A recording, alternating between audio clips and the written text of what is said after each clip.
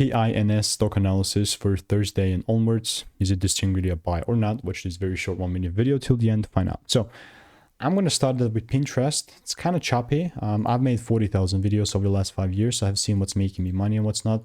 And again, still PINS in particular, nothing changes the fact it's a bearish market, man. You know, you see, like all I'm going to look for to do is, I mean, I get it, you know, most of the tickers are down, but this is really kind of being cooked. Ideally, I want to see breaks above 32 bucks for me to count this as something bullish, but currently not necessarily, man. Like even like I'm looking to sell as long as there's that shift and a double break. And if I don't see that double break approach, there's just no way that I'm going to look to sell just because, you know. So what I'll keep doing in the meantime is I'll keep waiting. And if you want to learn how I'm consistently generating 5 to 10K per month without indicators, then just click the first link in the description and get my free emails. It's free.